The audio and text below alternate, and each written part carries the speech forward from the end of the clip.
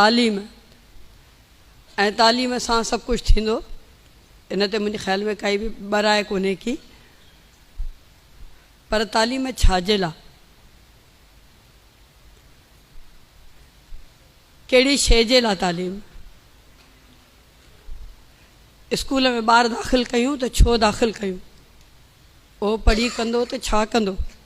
असां हुनखे human development सां अॼु डिस्कशन करण जे लाइ ज़रूरु आया आहियूं, पर असांखे हुन स्ट्रक्चर ते वञी सोचणो पवंदो त जेको तालीम जो निज़ाम आहे, जेका तालीम ते गुफ़्तगू आहे, जेका तालीम असांखे खपे थी, असां इहो सिर्फ़ु चई छॾियूं त मॉडर्न टाइम्स जे लाइ असांखे तालीम खपे थी त काफ़ी कोन थींदो।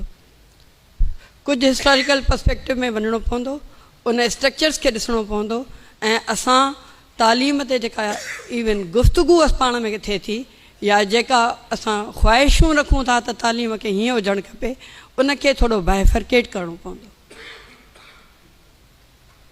तालीम खे तालीम खाते जे हवाले सां ॾिसणु, उन जे गवर्नेंस स्ट्रक्चर जे हवाले सां ॾिसणु, त पोइ काविश अख़बार सॼी पढ़ी छॾियो, KTN न्यूज़ सॼी पढ़ी छॾियो, और खोड़ सारियूं वीडियोज़ ॾिसी छॾियो जंहिंमें स्कूलनि जा चापड़ किरिया पिया आहिनि। नसीर साहिबु तव्हांखे हाणे ॿुधायो त हिकिड़े फ्लड 20,000 तबाह करे छॾिया। असां 40 सालनि में 40 स्कूल ठाहिया, 40,000 स्कूल ठाहिया, पर असां इहो विसरी वियासीं त जॾहिं असां 40,000 ऐं 20,000 जी ॻाल्हि था कयूं त उन में 36,000 फंक्शनल स्कूल आहिनि, जिन 36,000 मां 24,000 हिकु ऐं ॿ कमरे जा स्कूल आहिनि। त उहा तालीम जो निज़ाम ऐं जेके सुठा माण्हू हुया, ॾाढा गवर्नेंस ते कमु करण वारा, इहे हिकिड़े कमरे जो स्कूल जो तसवुरु किथां आयो हो जंहिंमें 5 दर्जनि जी तालीम ॾिनी पई वञे? असांखे हुन निज़ाम ते ॻाल्हाइणो पवंदो। 4.3 मिलियन ॿार असांजा हिन महिल, सची या कूड़ी जेका बि रिपोर्ट, त जंहिंखे तव्हांजी मर्ज़ी जीअं सम्झो, जेका असां वटि RSU जी डेटा आहे, जेका सेंसस जी डेटा आहे, उहा ॿुधाए थी त प्राइमरी जे स्कूलनि में असां वटि 4.3 मिलियन ॿार आहिनि। प्राइमरी स्कूल टीचर्स जो तइदादु असां वटि 1 लख प्लस आहे। अगरि आउं उन्हनि 24,000 स्कूलनि खे ॿ उस्ताद बि ॾियां त मां हिकु कमरे वारनि ॿिनि कमरे वारनि स्कूलनि में 60 खां 70,000 टीचर मुक़ररु करे छॾिया। उते कहिड़ी तइलीम हलंदी हूंदी? कहिड़ा मॉडर्न टाइम्स? त असांखे उन तालीमी निज़ाम में पहिरियों क्वेश्चन इहो रेज़ करिणो आहे त तालीम छाजे लाइ?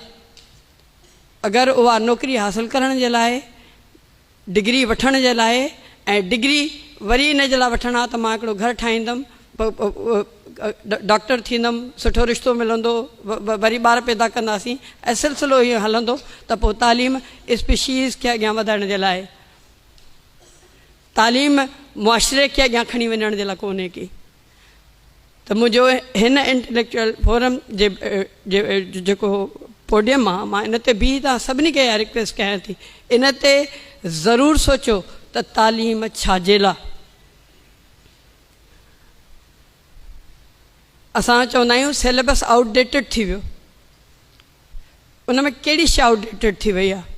ज़मीन बि उहा ई आहे, आसमान बि उहो ई आहे, सिज बि उहो ई आहे, हवा बि उहा ई आहे, बर्फ़ बि उहा ई आहे। कनेक्टिविटी, उनखे ज़िंदगी असां कीअं ॾिजे, उन में फ़र्क़ु आहे, यानी तालीम खे पहुचाइण में फ़र्क़ु आहे। असां उन में फेल थिया आहियूं अॻियां वधण। अॼु बि मैग्नीफाइंग लेंस से उनखे खणी सिज सां जेकॾहिं उन जा शुआ मुनकसिर कजनि त उन सां जेको आहे न सो ॿारणु थी सघे थो, ॿार खे इहो तजुर्बो सेखारे सघे थो। ऐं असां डेटा ॾींदा आहियूं, हेतिरियूं लेबॉर्ट्रियूं कोन्हनि, हीअ लेबॉर्ट्री कोन्हे की, वण मौजूदु आहे, बॉटनी पढ़ाइण जो तरीक़ो असांखे नथो अचे, ऐं उन वण जी कनेक्टिविटीअ जे लाइ असांखे जीअं अदा महमूद नवाज़ छा चयो त क्लाइमेट चेंज जो लफ़्ज़ थो खणी अचिणो पवे। मड आहे, ज़मीन आहे, आसमान आहे, पाणी आहे, पाणी ख़राबु कीअं थियो, छाजे लाइ थियो? सॼी तालीम आहे।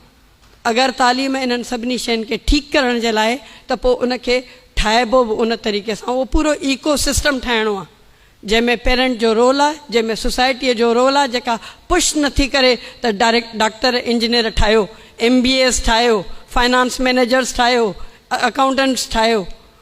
वो इकोसिस्टम प्रोवाइड करे थो त हर शोबे में माण्हू ठाहियो तॾहिं डेवलपमेंट ओवरऑल थींदी।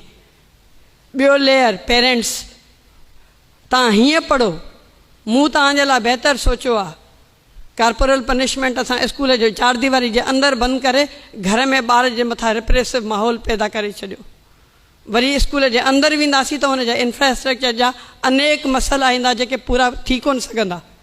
लिमिटेड रिसोर्सिस आहिनि त असांखे पंहिंजा लेंसिस चेंज करणा पवंदा उन सॼे इको सिस्टम खे ठीकु करण जे लाइ त एजुकेशन इम्प्रूव कीअं थींदी। असांखे उन्हनि मिथ्स मां निकिरणो पवंदो त जेके चवनि थियूं त डिसिप्लिन रिक्वायर शइ करे थी। अनलिमिटेड क्वेश्चन्स पुछो, उहो एजुकेशन जो निज़ाम जेको सवाल पुछणु सेखारे, सवाल करणु सेखारे, पंहिंजे पाण खां बि ऐं ॿियनि खां बि ओड़ो तालीमी निज़ाम खपे, ओड़ी सोच खपे। उहा कीअं ईंदी? उहा आर्टिकल 25A सां कोन ईंदी, हिकिड़ी एजुकेटेड डिबेट सां ईंदी, सोसाइटल पुश सां ईंदी, उनखे एप्रिशिएटिव मैनर में खणी वञण सां ईंदी। इहे घोसड़ू उस्ताद, इहे घोस्ट टीचर, इहा करप्ट एजुकेशन जी माफ़िया, इहा यूनियनिज़म, इहे ॻाल्हियूं असां सभिनी खे उन तरफ़ वठी वेंदियूं जंहिं तरफ़ बकुल शाइर जे त कभी तशवीश कहती है अंधेरा अब न जाएगा, कभी उम्मीद कहती है उजाला होने वाला है। Let me give you few of the statistics in order to complete whatever I am saying. असां हिन महिल जेका शइ चऊं था उहा इहा आहे त असां जेको ॿार आहे एजुकेशन जे निज़ाम में मुमकिन जेको फ्यूचर जेका ॻाल्हि कयूं था, फ्यूचर मॉडर्न फ्यूचर डेवलपमेंट वारो फ्यूचर, उन में लिंचपिन ॿार आहे ऐं ॿार जे गिर्द इकोसिस्टम आहे। असां ॿार विसरी विया आहियूं। असांखे स्कूल यादि आहे, उन जी बिल्डिंग यादि आहे, उन जो इंफ्रास्ट्रक्चर यादि आहे, उन में थींदड़ कोताहियूं यादि आहिनि, उन में उहो घरु असांखे यादि आहे जंहिंमें ग़रीब पीउ माउ रहे थो, उन जो हिकिड़ो ख़्वाबु यादि आहे, पर उहो ॿारु यादि कोन्हे को। असां सभिनी खे उहो ॿारु यादि करिणो पवंदो, ॿार खे ख़्वाबु ॾियणो पवंदो, उन जी ख़्वाब जी ताबीर करण जे लाइ असांखे सॼो निज़ाम जोड़णो पवंदो ऐं गुफ़्तगू खे उन पहिराए में वठी वञिणो पवंदो। इहो कीअं मुमकिन आहे? उहो ईअं मुमकिन आहे त असां कुझु इंस्टीट्यूशनल चेंजिस कंदासीं जेको हिन महिल सिस्टम आहे। ईअं कोन था चऊं त जेको हिन महिल हले थो उहो ॾाढो भलो आहे ऐं या त हिन खे ताला लॻाए छॾियूं। नसीर साहिबु हिकिड़ी सजेशन ॾिनी त असां इंफ्रास्ट्रक्चर में तब्दीलियूं आणियूं, असां इंस्टीट्यूशनल मैकेनिज़म में बि तब्दीली आणे सघूं था। असां ॾिसूं असां पंहिंजे सॼे तालीमी निज़ाम में अलाए घणियूं अजायूं सजायूं पोस्टूं आहिनि, अलाए कीअं असां उनखे स्ट्रक्चर कयो आहे ऐं इहा सिर्फ़ु 6 महीननि जी ॻाल्हि आहे, 3 महीननि जी ॻाल्हि आहे। असां हिनखे दुरुस्त करे सघूं था, पर उन जे लाइ छा खपे? उहो इको सिस्टम खपे।